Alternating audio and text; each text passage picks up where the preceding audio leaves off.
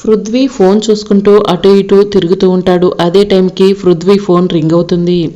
జాబిల్లి ఏంటి నాకు ఫోన్ చేస్తుంది అని చెప్పి పృథ్వీ మనసులో అనుకుని ఫోన్ లిఫ్ట్ చేసి, హలో జాబిల్లి, నాకు ఫోన్ చేసావు ఏంటి అని పృథ్వీ అడుగుతుంటే, అమ్మా నాన్నలతో కలిసి చిన్న ట్రిప్ వెళ్దాం అనుకుంటున్నాను అమెరికాకు అని చెప్పి జాబిల్లి చెప్తూ ఉంటే, అమ్మా నాన్న నీకు ఉండే నాన్న కూడా కదా అని చెప్పి పృథ్వీ అంటుంటే, అదేంటి పృథ్వీ అలా అంటావు, ఇప్పుడు నాకు అమ్మైనా నాన్నైనా అన్నీ కూడా పిన్ని బాబాయే కదా అని చెప్పి జాబిల్లి చెప్తూ ఉంటుంది. అమెరికాకా అని చెప్పి పృథ్వీ అడుగుతుంటే, అవును, చిన్న ట్రిప్ మాత్రమే, ఫ్యామిలీ మెంబర్స్తో అందరితో కలిసి సరదాగా వెళ్తున్నాం, నువ్వు కూడా ఎప్పటికైనా మా ఫ్యామిలీ నెంబర్లో ఒకరివే కదా, అందుకే నువ్వు కూడా వస్తావని నేను ఇన్వైట్ చేయడానికి ఫోన్ చేశాను పృథ్వీ అని చెప్పి జాబిల్లి అంటూ ఉంటే, మీరు అమెరికాకు వెళ్ళండి, అడుగు తినడానికి వెళ్ళండి, నాకెందుకు చెప్తున్నారు అని చెప్పి పృథ్వీ కోపంగా ఫోన్ కట్ చేస్తాడు. పృథ్వీ జాబిల్లితో మాట్లాడుతూ ఉంటే పున్నమి వెనక ఉండి చూస్తూ ఉంటుంది. ఇక పృథ్వీ ఫోన్ మాట్లాడిన వెనక్కి తిరిగేసరికి పున్నమి కనిపిస్తుంది. నువ్వు ఇక్కడ ఉన్నావు ఏంటి పున్నమి అని పృథ్వీ అడుగుతుంటే, భోజనానికి పిలవడానికి వచ్చాను వకీల్ సాబ్ అని చెప్పి పున్నమి చెప్తుంది. నాకు ఆకలిగా లేదు అని చెప్పి పృథ్వీ చెప్తూ ఉంటే, ఇప్పుడు మీరు ఫోన్లో మాట్లాడింది జాబిల్లితోనా అని చెప్పి పున్నమి అడుగుతుంటే, అవును, ఎన్నిసార్లు చిరాకు పడ్డా కూడా మళ్ళీ మళ్ళీ నాకు ఫోన్ చేస్తుంది అని చెప్పి పృథ్వీ కోపంగా అక్కడి నుంచి వెళ్ళిపోతాడు. జాబిల్లి అమెరికాకు వెళ్ళిపోతుంది అంటే ఊరు వదిలి వెళ్ళిపోతున్నారు, ఏం చేయాలి, ఏదో ఒకటి చెయ్యాలి అని చెప్పి పున్నమి మనసులో అనుకుంటూ ఉంటుంది. ఇక మార్నింగ్ అవుతుంది. మయూక వైదిక ఇద్దరు కూడా లగేజ్ సర్దుకుంటూ ఉంటారు. నువ్వు అనవసరంగా ఆ పృథ్వీకి ఫోన్ చేశావు, అమెరికా వెళ్తున్నావు అని చెప్పావు, ఇక ఆ పున్నమి ఏ ప్లాన్తో ఇక్కడికి వస్తుందో ఏంటో అని చెప్పి వైదిక మయూకను అరుస్తూ ఉంటుంది. ఇక అప్పుడే పున్నమి ఆటోలో ఊరి జనాన్ని కొంతమందిని తీసుకుని రాజ్మహల్కి వస్తుంది. జాబిల్లి జాబిల్లి అని చెప్పి పిలుస్తూ ఉంటుంది. ఆ పున్నమి వచ్చేసింది, ఇప్పుడు ఏం చేస్తుందో ఏంటో అని చెప్పి వైదిక మయూక ఇద్దరు కూడా గోడచాటు నుండి చూస్తూ ఉంటారు. అప్పుడు పున్నమి ఊరి జనంతో మాట్లాడుతూ ఉంటుంది.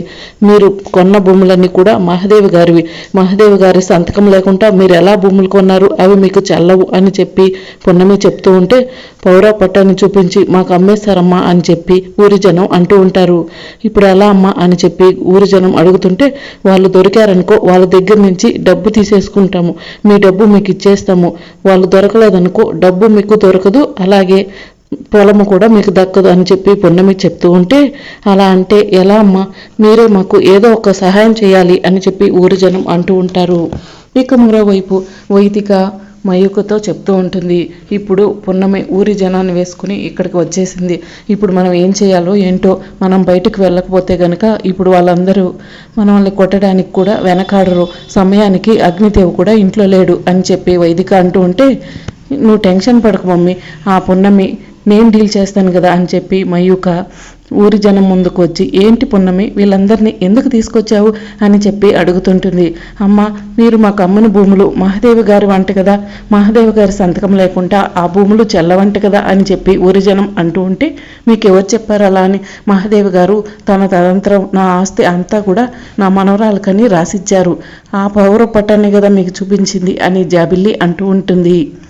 ఈ రోజు కాకపోయినా రేపు మహాదేవ్ గారి తదనంతరం నా సంతకం చెల్లుతుంది, అప్పుడు ఆ భూములు మీరే కదా అని జాబిల్లి అంటూ ఉంటే, ఇక ఊరి జనం ఆలోచిస్తూ ఉంటారు. మీరు ఇంకా నమ్మకపోతే ఇదంతా కూడా మహాదేవ్ గారిదైతే మహాదేవ్ గారు ఇక్కడ ఉండకుండా ఎక్కడ ఎందుకుంటున్నారు అని చెప్పి పున్నమి అడుగుతుంటే, ఇక ఊరి జనం అంతా ఆలోచన మొదలవుతుంది. జాబిల్లి అసలు మహాదేవ్ గారికి నిజమైన వారసురాలు అని ఎవరో ప్రూవ్ చేయకుండా ఆస్తులన్నీ నా సొంతం, నా సంతకం చెల్లుతుందని ఎలా కుదురుతుంది అని చెప్పి పున్నమి అడుగుతుంటుంది.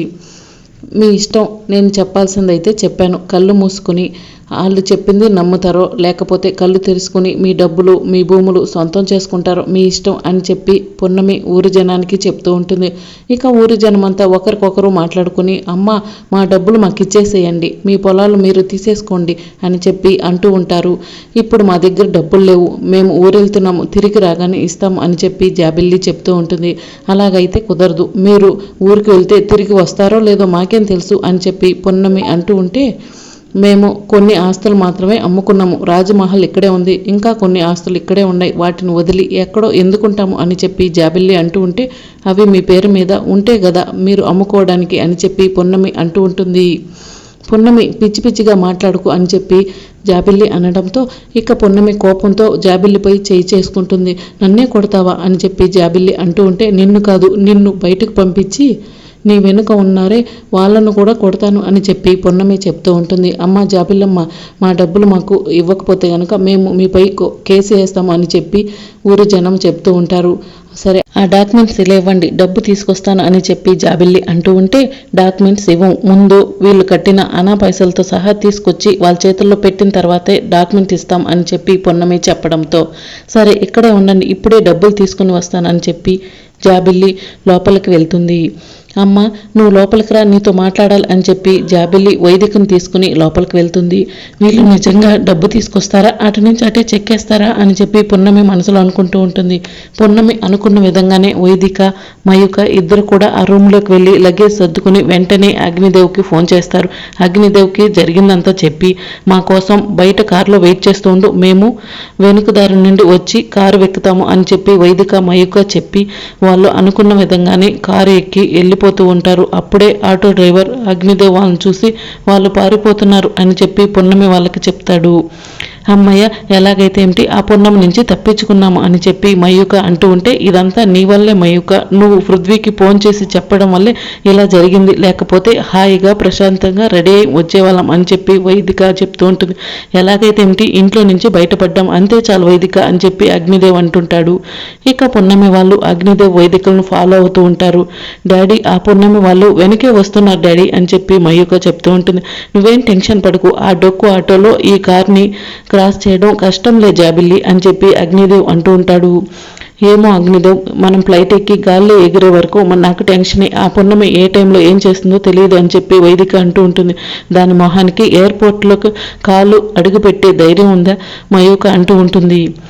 ఇక మరోవైపు మయూక, డాడీ ముందు ఉన్న రూట్లో క్రాస్ తీసుకుని రూటు మార్చు, ఆ పున్నమి వాళ్ళు మనల్ని కనిపెట్టలేరు అని చెప్పి చెప్పడంతో ఇక అగ్నిదేవ్ మయూక చెప్పిన విధంగా చేస్తాడు. డాడీ ఆ పున్నంకి దారి తెలియదు, మనం వెళ్ళిపోవచ్చు హ్యాపీగా అని చెప్పి అంటూ ఉంటుంది. ఇక మనల్ని అడ్డుకునే వాళ్ళే లేరు అని చెప్పి అగ్నిదేవ్ సంతోషపడుతూ ఉంటారు. ఇంతలో పున్నమి మనసులో అనుకుంటూ ఉంటుంది, ఈ పున్నమి నుంచి తప్పించుకోవడం చాలా కష్టం అగ్నిదేవ్ గారు, మీరు ఎంచక్క గాల్లో ఎగురదామనుకుంటున్నారేమో కానీ నేను ఎగరనివనుగా అని చెప్పి మనసులో అనుకుంటూ ఉంటుంది. వెంటనే పోలీసులకు ఫోన్ చేసి, ఎయిర్పోర్ట్ వెళ్లే దారిలో ఒక కారు తప్ప తాగి బాగా స్పీడ్గా వెళ్తుంది, నేను వెళ్తున్న ఆటోను కూడా గుద్దబోయింది సార్, మీరే చూసుకోవాలని చెప్పి పున్నమి చెప్తూ ఉంటుంది. వెహికల్ నెంబర్ చెప్పండి మేడం అని చెప్పి పోలీసులు అడగడంతో ఇక అగ్నిదేవ్ వాళ్ళ వెహికల్ నెంబర్ చెప్తుంది. సరే మేడం మేము చూసుకుంటాం అని చెప్పి పోలీసులు చెప్తూ ఉంటారు. ఇక అగ్నిదేవ్ వాళ్ళు కారులో వెళ్తూ ఉంటే పున్నమి వాళ్ళు ఆటోలో అగ్నిదేవ్ని ఫాలో అవుతూ ఉంటారు.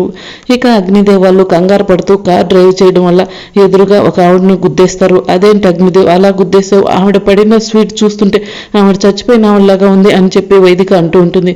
ముందు కార్ దిగి వెళ్ళి ఆవిడ పరిస్థితి ఏంటో చూద్దాం కదా అని చెప్పి వైదిక అంటూ ఉంటే, ఇప్పుడు మనం కార్ దిగితే ఏం లేదు అని చెప్పి అగ్నిదేవ్ అంటాడు. డాడీ అయితే కనుక కారు వెంటనే రివర్స్ చేసి వెనక్కి పోయండి డాడీ అని చెప్పి మయూక అంటూ ఉంటే, సరే మయూక అని చెప్పి అగ్నిదేవ్ అంటాడు. వెనక్కి రివర్స్ చేద్దామని చూసేసరికి వెనక ఆటోలు ఉంటాయి. ఇంకా వెంటనే ఆటోల్లో జనమంతా కూడా దిగి వచ్చి అగ్నిదేవ్ గారు కార్ డోర్ ఓపెన్ చేయండి అని చెప్పి అంటూ ఉంటారు.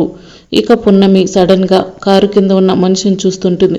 వీళ్ళు ఎవరో ఒక మనిషిని చంపేశారు చూడండి అని చెప్పి అంటూ ఉంటుంది. అయ్యో ఎవరమ్మా నువ్వు, ఏమైంది అని చెప్పి పున్నమి అంటూ ఉంటుంది. ఆ మనిషి ముసుగు వేసుకోవడం వల్ల పున్నమి ఆ మనిషిని గమనించదు. ఇంతలో పోలీసులు కూడా వచ్చేస్తారు. అగ్నిదేవ్ పోలీసులకి ఎవరు ఇన్ఫర్మేషన్ ఇచ్చుంటారు, పోలీసులు కూడా వచ్చారు అని చెప్పి వైదిక అంటూ ఉంటుంది. ఇక పోలీసులు వచ్చి ఏం జరిగిందమ్మా అని చెప్పి అడుగుతుంటే, వీళ్ళు పెద్ద మోసగాలు సార్, చల్లని భూములు మాకు అప్పచెప్పి మా దగ్గర డబ్బులు తీసుకుని పారిపోతూ ఈవిడెవరినో గుద్దారు అని చెప్పి ఊరి జనం పున్నమి చెప్తూ ఉంటే, ఇక ఆ మొహం పైన ముసుగు తీసేసరికి అక్కడ కొండమ్మ ఉంటుంది. ఆ కొండమ్మను చూసి పున్నమి షాక్ అయి, ఈవిడ నా స్నేహితురాలు ఎస్ఐ గారు, ఎలాగైనా సరే నా స్నేహితురాలను గుద్దిన వీళ్లకు శిక్ష పడాలి అని చెప్పి పున్నమి అంటూ ఉంటుంది. ముందు ఈ అమ్మాయిని తీసుకెళ్లి హాస్పిటల్లో జాయిన్ చేయండి, అప్పుడు ఆ అమ్మాయికి ఎటువంటి ప్రమాదం లేదని తెలిస్తే గనక వీళ్ళకి చిన్న శిక్ష వేద్దాం, లేకపోతే వీళ్ళపైన షీటింగ్ కేసు పెడదాం అని చెప్పి ఎస్ఐ చెప్తూ ఉంటాడు. ఎస్ఐ గారు కావాలంటే ఎంత డబ్బైనా ఇస్తాం, మేము అమెరికా వెళ్ళిపోతున్నాం, మాకు ఫ్లైట్కి టైం అవుతుంది అని చెప్పి అగ్నిదేవ్ చెప్తూ ఉంటే, ఇక్కడ ప్రాణం పోతుందని ఆలోచించకుండా ఫ్లైట్ డబ్బులు వేస్ట్ అవుతాయని చూస్తారా అని చెప్పి చెప్పి ఎస్ఐ అంటూ ఉంటాడు. ప్లీజ్ ఎస్ఐ గారు డబ్బులు కావాలంటే ఇస్తామని చెప్పి అగ్నిదేవ్ అంటూ ఉంటే, ఏంటి ఈ రైతుల దగ్గర నుండి దోచుకున్న డబ్బులు నాకు ఇస్తారా? పోలీస్ స్టేషన్కి వెళ్ళి అక్కడ లెక్కలు చూసుకుందాం పదండి అని చెప్పి ఎస్ఐ అంటాడు. ఇక అందరూ కలిసి కొండమ్మని హాస్పిటల్కి తీసుకెళ్తారు. డాక్టర్ గారు నా స్నేహితురాలు ఎలాగైనా కాపాడాలి అని చెప్పి కొండమ్మ చెప్తూ ఉంటే, ఎవరమ్మా నువ్వు? ఆ అమ్మాయిని ముందు వదిలిపెట్టి మేము ట్రీట్మెంట్ చేస్తామని చెప్పి డాక్టర్ అంటాడు. ప్లీజ్ డాక్టర్ గారు, తను నా స్నేహితురాలు, తను కాపాడండి అని చెప్పి పొన్నమి చెప్తూ ఉంటే, మా చేతుల్లో ఉంటే తప్పకుండా కాపాడుతామమ్మా అని చెప్పి డాక్టర్ అంటూ అక్కడి నుంచి వెళ్ళిపోతాడు.